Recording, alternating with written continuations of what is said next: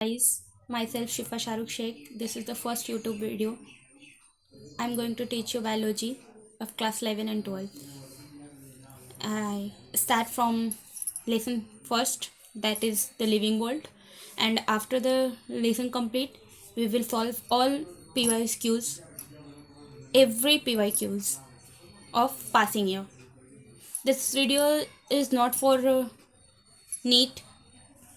This video is also for 11 12 boards. Okay, let's start.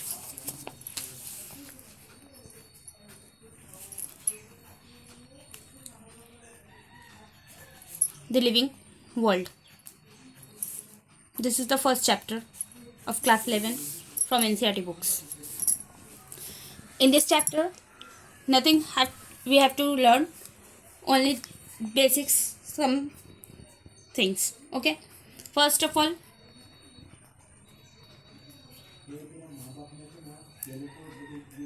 biology. What is biology? We all know biology is a subject, but what is biology? A study of life and living organisms, including their physical structure, chemical process, molecular interaction, physiological mechanism, development and evolutions. ये आपको class 11 में इसमें भी आ सकता है, exams में भी. What is biology? Simple and straight forward. Study of life and living organisms, including their physical structure, chemical process, molecular interaction, physiological mechanism, development and evolution is called biology. Let's start. Study of life and living organism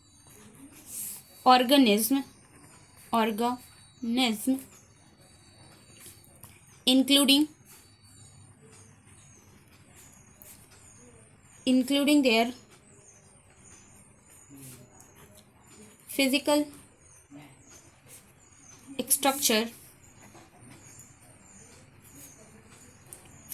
structure, chemical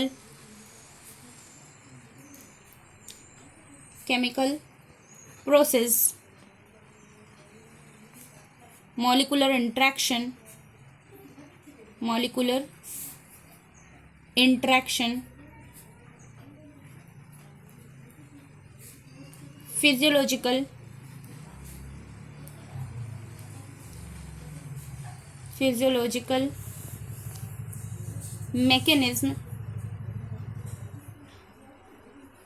physiological mechanism, development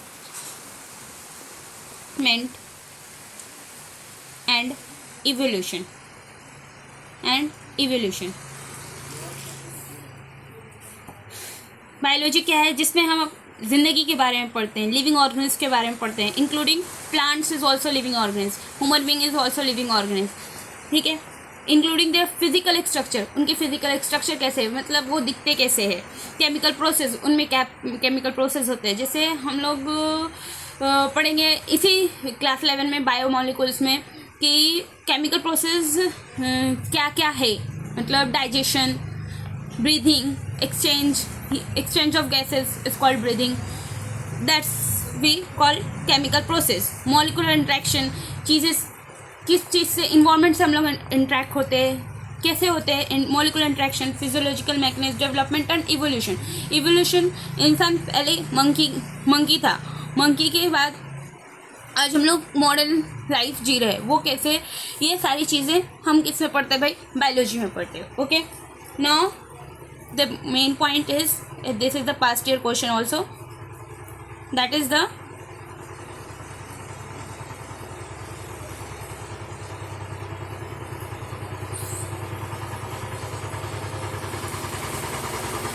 Aristotle. ठीक है, Aristotle ये कौन थे? Aristotle एक scientist थे, philosopher थे. इनको क्या कहा जाता है? Father of biology. Aristotle is ये क्या थे? ग्रीक फिलोसोफर थे. क्या थे ये? ग्रीक फिलोसोफर थे जिनको हम लोग क्या बोलते हैं, was known as father of biology. Father of biology क्यों बोलते हैं फादर ऑफ बायोलॉजी? बिकॉज ये फाउंडर हैं बायोलॉजी के। ठीक है, नौ एनसीईआरटी एक पॉइंट लिखता है एंड इस पे बहुत सारे क्वेश्चंस आ चुके हैं पास्ट ईयर में भी, और ये आपको बोर्ड में भी पूछ सकता है कि the Darwin of 20th century,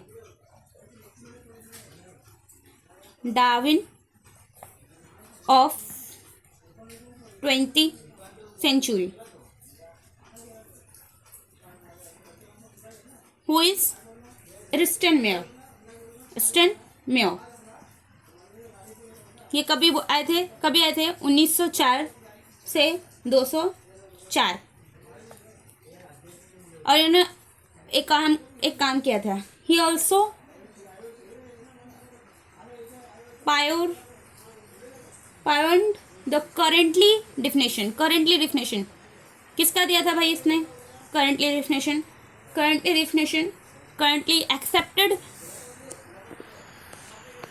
accepted definition of biology, accepted definition of biology species।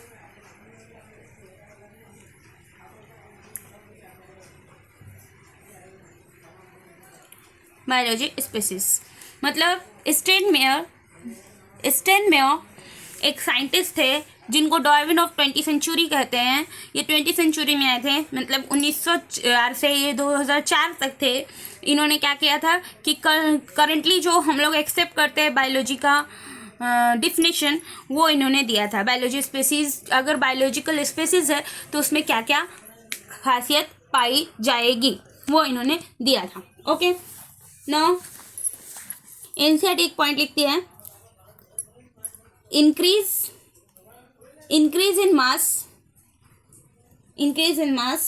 and increase in number। Guys ये इंक्रीज है, जिसको हम लोग शॉर्ट फॉर्म में ऐसा लिखते हैं, ऐसा लिख सकते हैं। ठीक है, increase in mass and increase in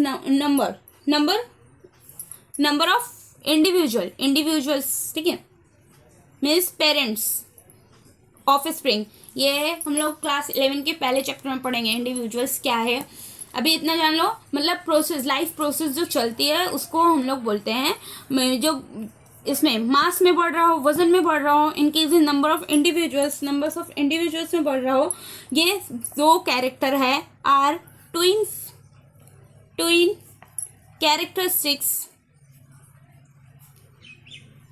characteristics of growth. किसी भी चीज़ की ग्रोथ हो रही है, सपोज ये पेन का ग्रोथ हो रहा है या नहीं हो रहा है, ये हम लोग कैसे पता कर सकते हैं? जब ये मास में बढ़ेगा और इसकी इंडिविजुअलिटी बढ़ेगी। मतलब ये एक पेन है, अभी आप इसको बाद में ये दूसरा पेन बन जाएगा, तो ये इसको हम लोग मानेंगे कि ये लिविंग बीइंग है, पर ये अभी लिविंग बीइंग है नहीं। हाँ, कोई बोल बोलते ना लिविंग बीइंग है, pen is not a living being. ठीक है, तो इस दो कैरेक्टर होते हैं लिविंग थिंग्स के। ठीक है, पहला तो मास में बढ़ना चाहिए, दूसरा इंडिविजुअल्स में बढ़ना चाहिए। ये ट्विन कैरेक्टरिस्टिक्स ऑफ ग्रोथ है। ग्रोथ कर रहा है कोई चीज़, तो कैसे पता चलेगा? जो मास में बढ़ रहा हो और उसकी इंडिविजुअलिटी बढ़ रही हो, तो हम लोग कह सकते हैं उसको कि वो ग्रोथ कर रहा है। ठीक है, नाउ एनसीईआरटी की अगेन एक पॉइंट है, organism can reproduce sexually। Organisms can reproduce sexually as well as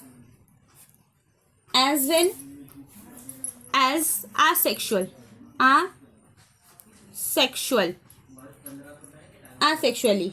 ठीक है, वो ऑर्गेनिज्म जो सेक्सुअली भी ग्रोथ करते हैं, सेक्सुअली दो पेरेंट्स की नीड्स होती है सेक्सुअल रिप्रोडक्शंस में। जैसे ह्यूमन बींग्स, दो पेरेंट्स की ज़रूरत होती है सेक्सुअल रिप्रोडक्शन में, मेल और फीमेल। ठीक है, आसेक्सुअली जैसे दो पेरेंट्स की ज़रूरत नहीं होती है, आसेक्सुअली। ठीक है, सेक्सुअली एंड आसेक्सुअली दो, जो एक ऐसे ऑर्गेनिज्म जो सेक्सुअली भी रिप्रोड्यूस होते हैं और आसेक्सुअली भी रिप्रोड्यूस होते हैं, उनका एग्जाम्पल है aphids, slime mold, sea anemones,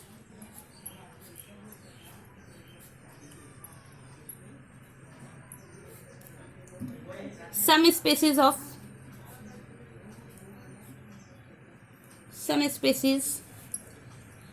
starfish,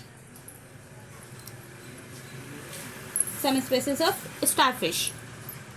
ठीक है, ये जो एग्जाम्पल्स है गाइस, ये एनसीईआरटी के एग्जाम्पल्स है, और ये एनसीईआरटी के कुछ इंपॉर्टेंट हो ना हो, एग्जाम्पल्स बहुत इंपॉर्टेंट होते हैं. ठीक है, ये नीट में पूछा हुआ क्वेश्चन है. Organism can reproduce sexually as well as asexually. Aphids, slime moulds, sea anemones, some species of starfishes. ठीक है, सी एनेमोन्स तुमको एनिमल किंगडम में हम लोग पढ़ेंगे, फाइलम सेलेंट्रेटा में ये आते हैं. ठीक है, सम स्पीसीज ऑफ स्टारफिश, इसके बारे में हम लोग आगे पढ़ेंगे. ये फर्स्ट चैप्टर है जिसमें सिर्फ इंट्रोडक्शन है. आपको ये सारे जो वर्ड्स यहाँ पे मिलेंगे वो पूरे बायोलॉजी में मिलते ही रहेंगे. Okay, no problem. आगे बढ़े. Now again एक point, in majority of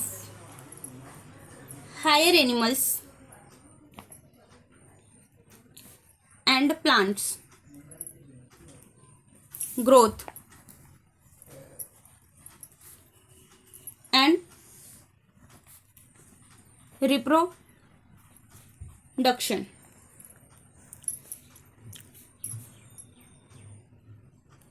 and mutually exclusive events. बहुत सारे हायर एनिमल्स में, प्लांट्स के ग्रोथ में, रिप्रोडक्शन और ये एक एक्सक्लूसिव इवेंट्स के द्वारा होता है. जैसे रिप्रोडक्शन तुरंत नहीं होती है. ठीक है, एक इवेंट्स रहते हैं. ह्यूमन बींग्स में एक इवेंट्स रहते हैं 9 months के, तब जाके वो रिप्रोडक्शन प्रोसेस होते हैं. वैसे ही प्लांट्स में भी कुछ टाइम लगते हैं, एनिमल्स में भी है. और एक और चीज़ मैं बता दूँ, human beings is also including in animals. In biology human beings is also including in animals, all peoples animals.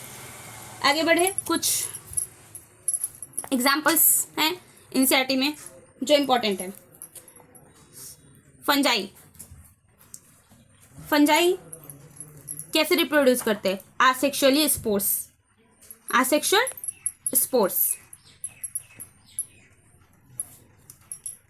Spores. ठीक है. East and hydra. ईस्ट का यूज़, अभी जो खाना बनाने के शौकीन होंगे उनको अच्छे से पता होगा ईस्ट किस लिए यूज़ किया जाता है.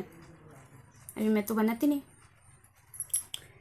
ईस्ट फ्रेगमेंटेशन के लिए यूज़ होता है, किसी चीज़ को फुलाने के लिए यूज़ होता है. Is a type of bacteria.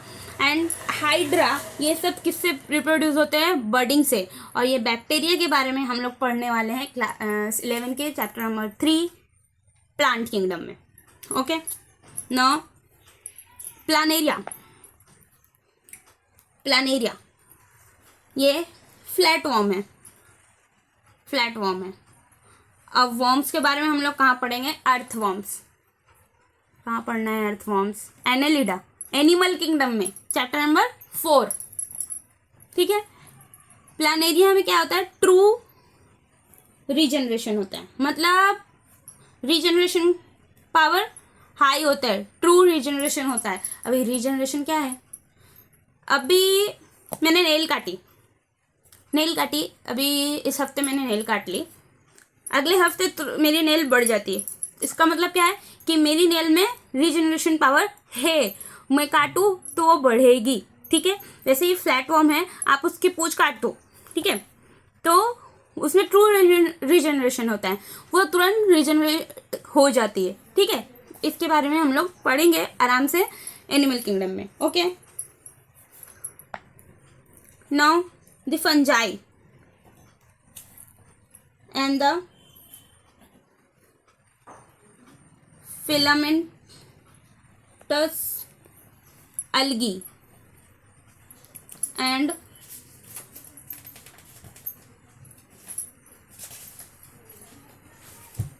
And protonema of mosses, protonema of mosses, protonema of mosses all easily multiplied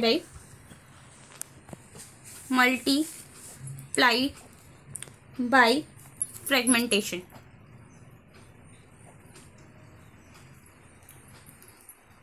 ठीक है, ये जो फंजाई है, फंजाई के बारे में हम लोग अगेन बोलते हैं कि हम लोग फंजाई के बारे में कहाँ पढ़ेंगे, प्लांट किंगडम में पढ़ेंगे। The fungi, the filamentous algae plant kingdom में पढ़ेंगे। फिलामेंटस एल्गी किसको कहते हैं? फिलामेंटस एल्गी जो अपना एरिया बना लेती है, फिलामेंटस एल्गी। एल्गी किसको कहते हैं?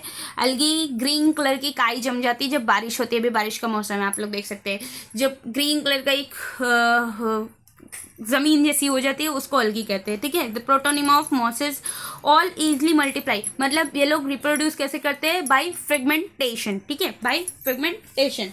ये एग्जांपल याद रखना प्लीज, भूलना मत। No, unicellular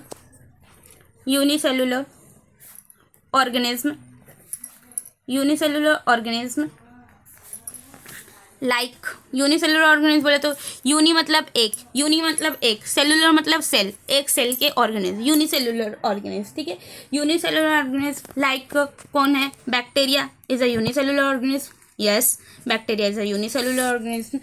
and unicellular algae भी हो सकते हैं। ठीक है, यूनिसेलुलर एल्गी हो सकते हैं। यूनिसेलुलर एल्गी कौन सा है यूनिसेलुलर एल्गी? और यूनिसेलुलर एल्गी हो सकता है, अमेबा हो सकता है। अमेबा हम लोग क्लास 9 में पढ़ा है, अमेबा, पैरामोशियम्स, यूनिसेलुलर में क्लास 9 में पढ़ा था। क्लास 9 का थोड़ा सा हम लोग क्लास 7 में पढ़ते हैं। हाँ, भूलना नहीं होता है बेटा, भूलना नहीं होता है। Unicellular organism like bacteria, unicellular algae और अमेबा रिप्रोड्यूस्ड। ये कैसे रिप्रोड्यूस करते हैं? ज़रा क्लास 9 में फ्लैशबैक में जाइए और बताइए मुझे कि ये कैसे रिप्रोड्यूस करते हैं। रिप्रोड्यूस्ड इज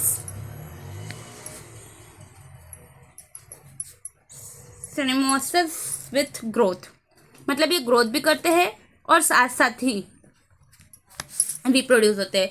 और इनके कोई सेल्स, एक सिंगल सेल्स पाए जाते हैं इसमें। यूनिसेलुलर ऑर्गेनिज्म कौन कौन से हैं? एल्गी है, अमेबा है। Reproduce synonymous with growth, many organism which do not reproduce, बहुत सारे ऑर्गेनिज्म हैं जो रिप्रोड्यूस नहीं करते।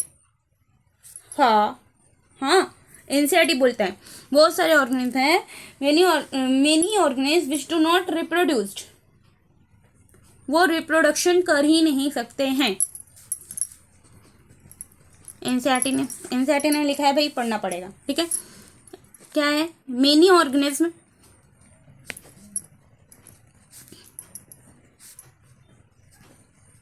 विच डू नॉट रिप्रोड्यूस्ड,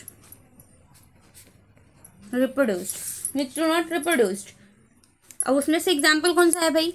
एंग्जाइटी लिखती है म्यूल्स, ठीक है, स्ट्राइल worker,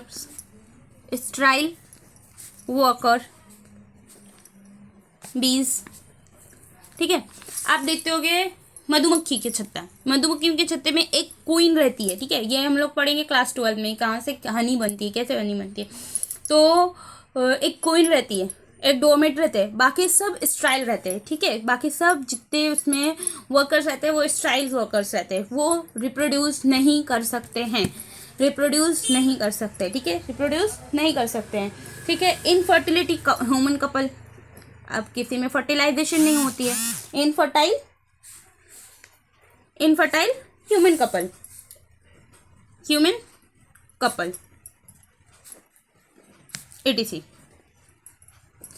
etc. Okay, now metabolism मैंने बोला था बेटा, मैंने पहले पढ़ाया था, तो मैंने बोला था मेटाबॉलिज्म होता है ह्यूमन बीइंग में, मतलब लिविंग ऑर्गेनिज्म में। मतलब आप पीछे पेज पलट के देखिए तो जब मैंने बायोलॉजी की डिफिनेशन दिया था तब मैंने बोला था मेटाबॉलिज्म प्रोसेस होता है। तो मेटाबॉलिज्म प्रोसेस कहते किसको है अभी नहीं समझ में आएगा, पर मेटाबॉलिज्म प्रोसेस कहते किसको है, बस एक डिफिनेशन हम बता सकते हैं, the sum of total all the chemical reactions occurring in our body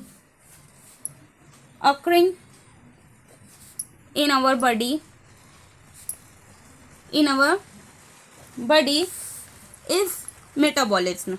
मैंने पहले भी बोला कि हम लोग आगे की चैप्टर्स में पढ़ेंगे, ठीक है, आगे की चैप्टर में पढ़ेंगे।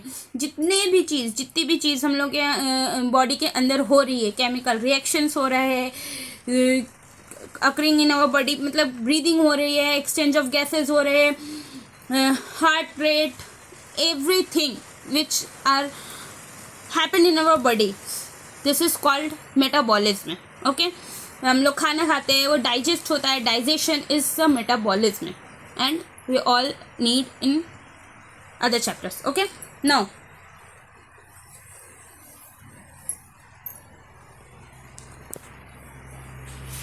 सबसे ज़्यादा the most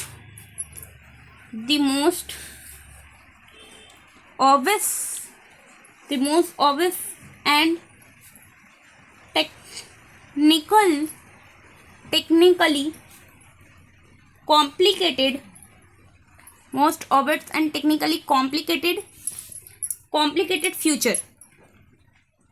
complicated future of all living organism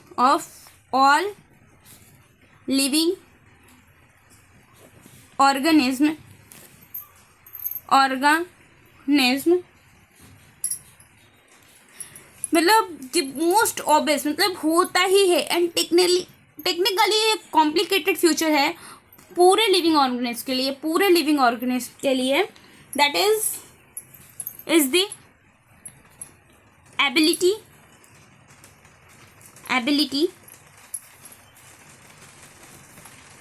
to sense their